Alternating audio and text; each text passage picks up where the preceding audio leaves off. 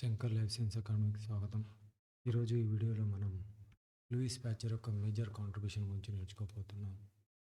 So ఈ Louis ప్యాచర్ను మనం father of modern microbiology గుర్తుపెట్టుకోండి. Father of modern microbiology.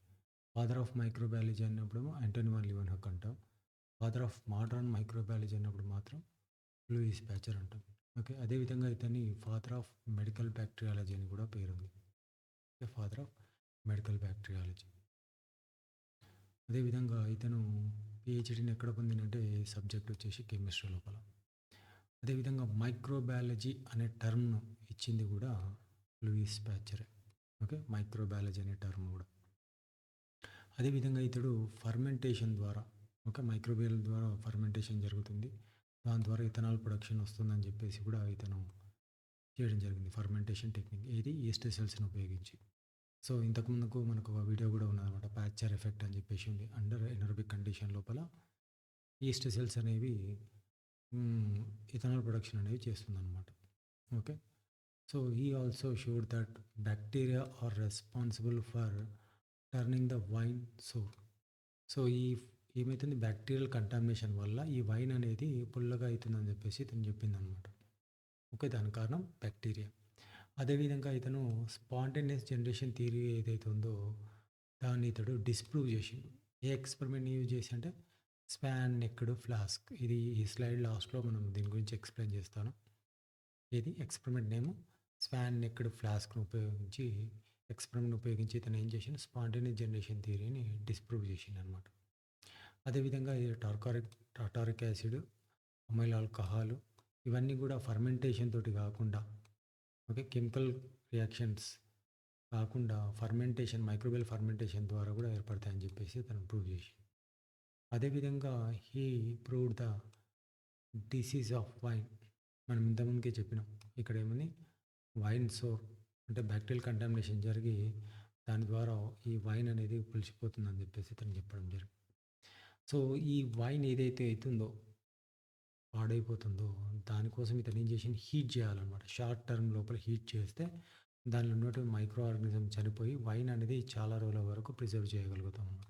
దాన్ని ఇక్కడ ఏమంటాం మనం, ప్యాక్చరైజేషన్ అంటున్నాం. సో ఇక్కడ మెయిన్ ఇంపార్టెంట్ వచ్చేసి టెంపరేచర్. ఎంత 65 డిగ్రీ సెంటీగ్రేడ్, 55 డిగ్రీ సెంటీగ్రేడ్ అని. నెక్స్ట్ స్లైడ్లో ఈ ప్యాక్చరైజేషన్కి సంబంధించిన టెంపరేచర్స్ గురించి మనం డిస్కస్ చేద్దాం. అదేవిధంగా he also successfully application of principles of vaccination.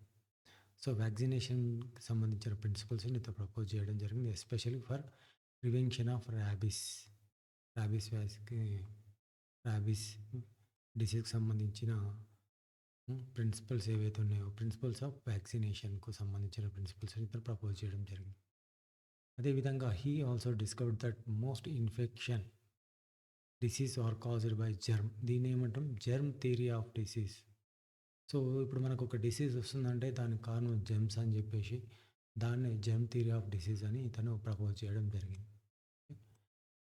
అదేవిధంగా he demonstrated that anthrax disease in sheep was caused by rod shaped bacteria. So sheeps లోపల ఎక్కువగా మనకు ఏ డిసీజ్ వస్తుందంటే యాంథ్రాక్సిస్. ఈ యాంథ్రాక్స్ డిసీజ్ అనేది కారణం ఏంటంటే రాడ్ షేప్డ్ బ్యాక్టీరియా అని చెప్పేసి ఇతను డెమాన్స్ట్రేట్ చేయడం జరిగింది.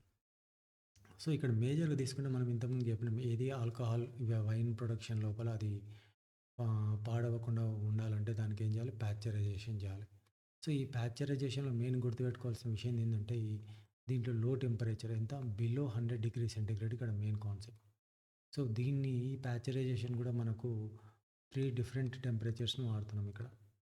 ఓకే, ఫస్ట్ వచ్చేసి ఎల్టీ అంటే లో టెంపరేచర్ లాంగ్ టర్మ్. ఇక్కడ వచ్చేసి 63 డిగ్రీ సెంటీగ్రేడ్ ఫర్ 30 మినిట్స్ పెడతాం అనమాట, అట్లనే పెట్టాలి. లేదా హై టెంపరేచర్ షార్ట్ టర్మ్ అంటే 72 డిగ్రీ సెంటీగ్రేడ్ వద్ద 15 సెకండ్స్.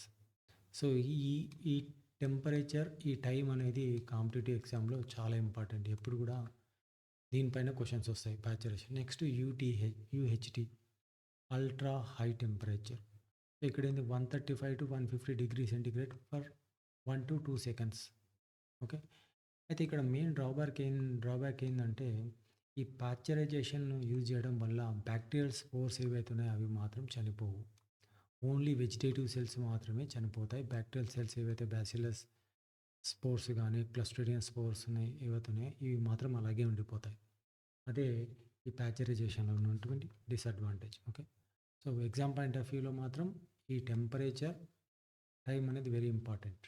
ఓకే, నెక్స్ట్ వచ్చేసి ఈ స్పాంటేనియస్ జనరేషన్ థియరీ ఏదైతే ఉందో, ఇది స్పాంటేనియస్ జనరేషన్ థియరీ, దీన్ని డిస్ప్రూవ్ చేయడానికి ఆయన ఒక ఎక్స్పెరిమెంట్ కండక్ట్ చేసిండు. దాన్ని ఇక్కడ ఏమంటున్నా స్వాన్ నెక్డ్ ఫ్లాస్క్. సో ఇక్కడ మొదటగా ఇతను ఏం చేసిందంటే ఒక ఫ్లాస్క్ తీసుకున్నాడు. ఈ ఫ్లాస్క్ ఇక్కడ నెక్ ఏదైతే ఉందో అది స్వాన్ నెక్ ఉన్నట్టు ఉంటుంది కాబట్టి దీనికి ఈ ఎక్స్పెరిమెంట్కి నేమ్ పెట్టిన స్వాన్ నెక్డ్ ఫ్లాస్క్ అని నేమ్ నామకరణం చేయడం జరిగింది. సో దీంట్లో ఫస్ట్ ఏం చేసింది, ఈ ఫ్లాస్క్ లోపల ఒక బీఫ్ ఎక్స్ట్రాక్ట్ బ్రాత్, ఓకే, ఆ బ్రాత్ని తీసుకొని దానికి స్వాన్ నెక్ని అమర్చడం జరిగింది. దీన్ని హీట్ చేయడం, ఫస్ట్ హీట్ చేసినప్పుడు ఏమవుతుంది, దీంట్లో ఉన్నటువంటి మైక్రోబ్స్ ఏవైతే ఉన్నాయో అవన్నీ కూడా చనిపోవడం జరిగింది. తర్వాత దీన్ని ఏం చేసిండు, రూమ్ టెంపరేచర్ దగ్గర ఉంచిండు. ఎన్ని రోజులు అతను అబ్జర్వ్ చేసినా దీంట్లో ఎలాంటి బ్యాక్టీరియా గ్రోత్ టర్బిడిటీ అనేది కనిపించలేదు. కాబట్టి దీంట్లో ఉన్నటువంటి బ్రాత్ అనేది అలాగే స్టెరైల్గా ఉండిపోయింది. కానీ దీంట్లో ఎయిర్ మాత్రం లోపలికి ఎంటర్ అవుతుంది, కానీ బ్యాక్టీరియా మాత్రం దీంట్లో ఎలాంటి బ్యాక్టీరియా అనేది విజిబిలిటీ లేదు. ఓకే, సో నెక్స్ట్ ఏం చేసిండు, అదే సేమ్ ఎక్స్పెరిమెంట్ మళ్ళీ రిపీట్ చేస్తూ ఇక్కడ హీట్ చేసిండు. ఫస్ట్ హీట్ చేసినప్పుడు ఏమైతే దీంట్లో ఉన్నటువంటి బ్యాక్టీరియా చనిపోయింది. తర్వాత ఈయన రూమ్ టెంపరేచర్ దగ్గర అలాగే పెట్టకుండా దీని యొక్క నెక్ను బ్రేక్ చేసిండు. నెక్ను బ్రేక్ చేసినప్పుడు ఏమైందంటే ఎయిర్లో ఉన్నటువంటి బ్యాక్టీరియా ఏదైతే ఉన్నాయో అవన్నీ కూడా దీని లోపలికి ఎంటర్ అయిపోయి తర్వాత ఈ మీడియా ఏదైతే ఉందో బీఫ్ ఎక్స్ట్రాక్ట్ ఇందులో మైక్రో ఆర్గానిజమ్స్ కనిపించడం జరిగింది. ఓకే, అది నెక్స్ట్ థర్డ్ ఎక్స్పెరిమెంట్లో ఈయన ఏం చేసిండంటే సేమ్ బ్రాత్ని హీట్ చేసిండు. తర్వాత ఏం చేసిండంటే ఇక్కడ బ్రేక్ చేయకుండా ఈ యొక్క బ్రాత్ను ఆ నెక్ ఎడ్జ్ వరకు వచ్చేటట్లు టిల్ట్ చేసినాడు, తను కొంచెం బెండ్ చేసిండు. బెండ్ చేసినప్పుడు ఏమైంది, ఈ బ్రాత్ అనేది ఈ కొన వరకు వచ్చి ఈ కొన లోపల ట్రాప్ అయినటువంటి బ్యాక్టీరియా ఏవైతే ఉన్నాయో అవన్నీ కూడా మళ్ళీ లోపలికి వచ్చేసినాయి. అప్పుడు కూడా ఈయన ఏం చేసిండు, బ్యాక్టీరియాని అబ్జర్వ్ చేసిన. అంటే ఇక్కడ ఏం చెప్తున్నాడంటే ఎయిర్ లోపల బ్యాక్టీరియా అంటే air carries the micro organisms, అవి ఎప్పుడైతే మీడియా లోపలికి చేరుతాయో అప్పుడు మాత్రమే గ్రోత్ వస్తాయి, అంతేగాని ఎయిర్లో బై డిఫాల్ట్ మైక్రో ఆర్గానిజమ్స్ ఉండవని చెప్పేసి చెప్తున్నాడు అనమాట. ఇక్కడ ఇది చూడండి, ఇక్కడ మెయిన్ గుర్తుపెట్టుకోవాలి, micro organisms come from particles in the air, not from air it self. Life does not arise spontaneously from the non living matter. So ఇక్కడ ఏం చెప్తుంటే నాన్ లివింగ్ మ్యాటర్ నుంచి డైరెక్ట్గా లివింగ్ మ్యాటర్ అనేది రాదు, ఇంకొక లివింగ్ మ్యాటర్ నుంచే ఇంకొక కొత్త జనరేషన్ అనేది ఉద్భవిస్తుందని చెప్పేసి నేను దీంట్లో ఎక్స్పెరిమెంట్లో ఎక్స్ప్లెయిన్ చేయడం జరిగింది. ఓకే, సో ఈ ఎక్స్పెరిమెంట్ తోటి ఈయన ఇంకొక ప్రపోజ్ అయింది, జర్మ్ థియరీ ఆఫ్ డిసీజ్కి ఏదైతే ఉందో దానికి సపోర్ట్గా ఇది నిలిచింది అన్నట్టు. ఓకే, సో ఇది వచ్చేసి మనకు ఇది స్వాన్ నెక్డ్ ఫ్లాస్క్ ఎక్స్పెరిమెంట్కి సంబంధించినటువంటి ఇన్ఫర్మేషన్. ఓకే, ఈ ఎక్స్పెరిమెంట్ దేనికోసం, స్పాంటేనియస్ జనరేషన్ థియరీని డిస్ప్రూవ్ చేసింది అన్నమాట.